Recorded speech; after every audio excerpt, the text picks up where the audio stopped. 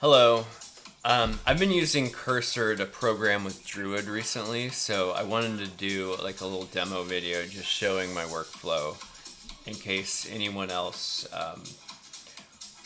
wants to try doing this kind of thing or thinks it's interesting. So here I have the kind of basic example application for Druid, Hello RS. And if you just run it,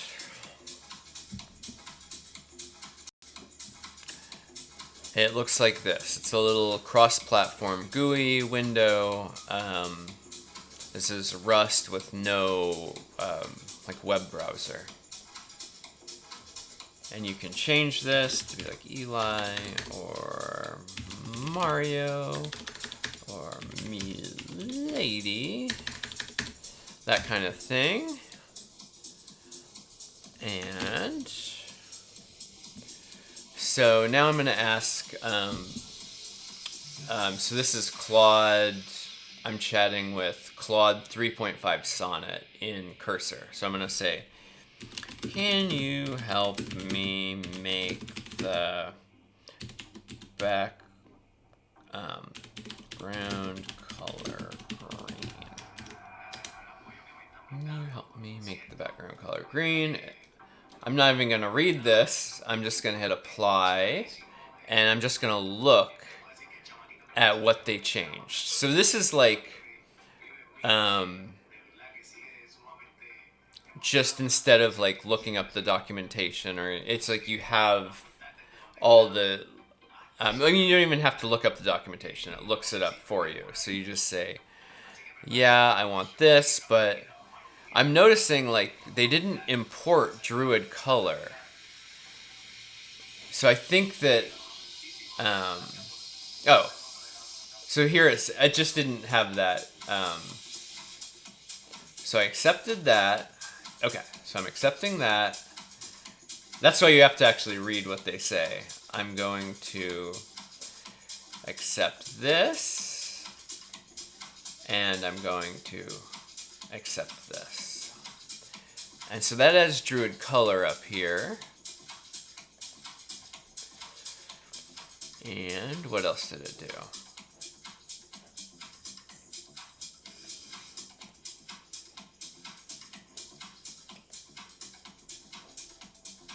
Yes.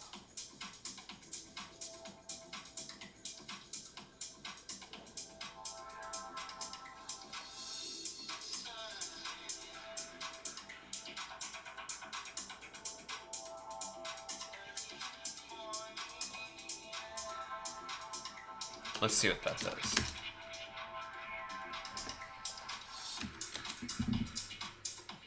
I don't know why this like color highlighting thing is kind of messing me up. Okay, so it made the background color green.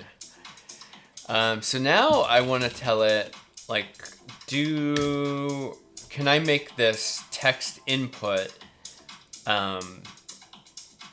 entry box fit the whole width of the screen?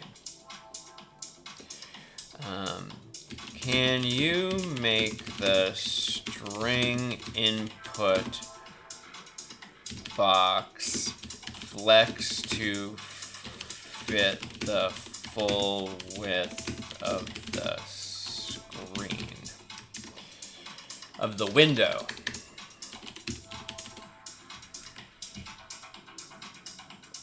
And I'm chatting with the full code base, so it looks at the like all the like Druid stuff to get more context. Okay, so what does it say to do here? Let's modify this function to make the text box expand to fill the available width. Continue. And then we look over here, and so it's taking out fixed width text box and it's adding expand width. That seems normal and good. And is that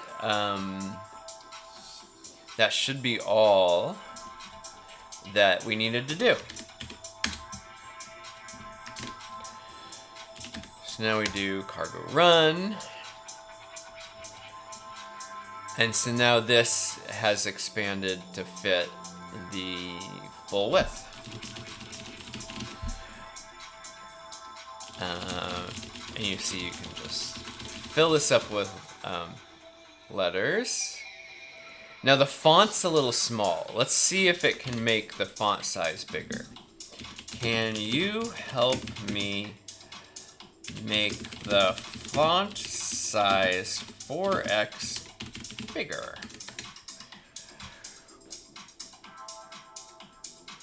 Certainly. To make the font size 4 times bigger, we'll need to adjust the text size for both the label and the text box. Here's how you can modify the code. Okay. But what's this? So it says you might need to adjust the window size. Okay, so I'm gonna apply this. It's generating.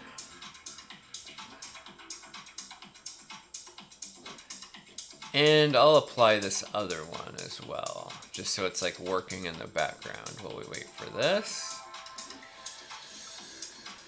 Okay, window size, it just makes the window a little bigger, sure. And with text size, that seems exactly what we wanted, and 4xing it there.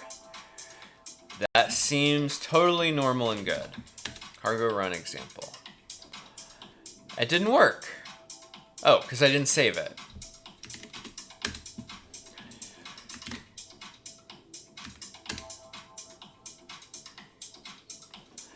It worked. 4 times bigger. Okay. Hello. All right.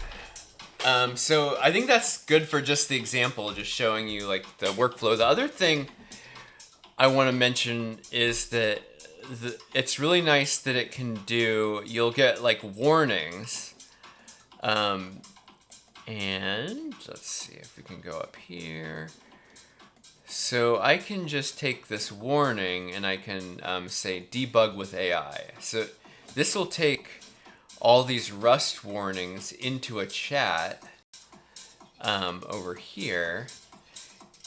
And so it'll say, please help me debug this code. And I'm going to take this away. I'm going to say,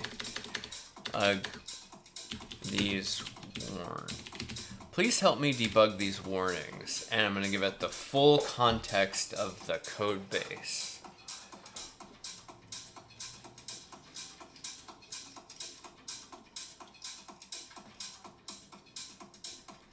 And so I'm not going to debug this right now, but it kind of walks you step by step through how you could debug those errors, which is really nice because Rust provides these really kind of clear, nice like warnings where like, and so I think like Rust is like kind of a better programming language for this kind of programming than Python, because it leaves these kind of like very detailed, very systematized error messages that are kind of just perfect for this kind of programming in Cursor. So anyway, I'm going to wrap up the video for now, but I think maybe I want to do a couple more videos like this, just showing how to work with Druid, or I might move on to Xylem or something with Cursor. So anyway, thanks for watching. Bye.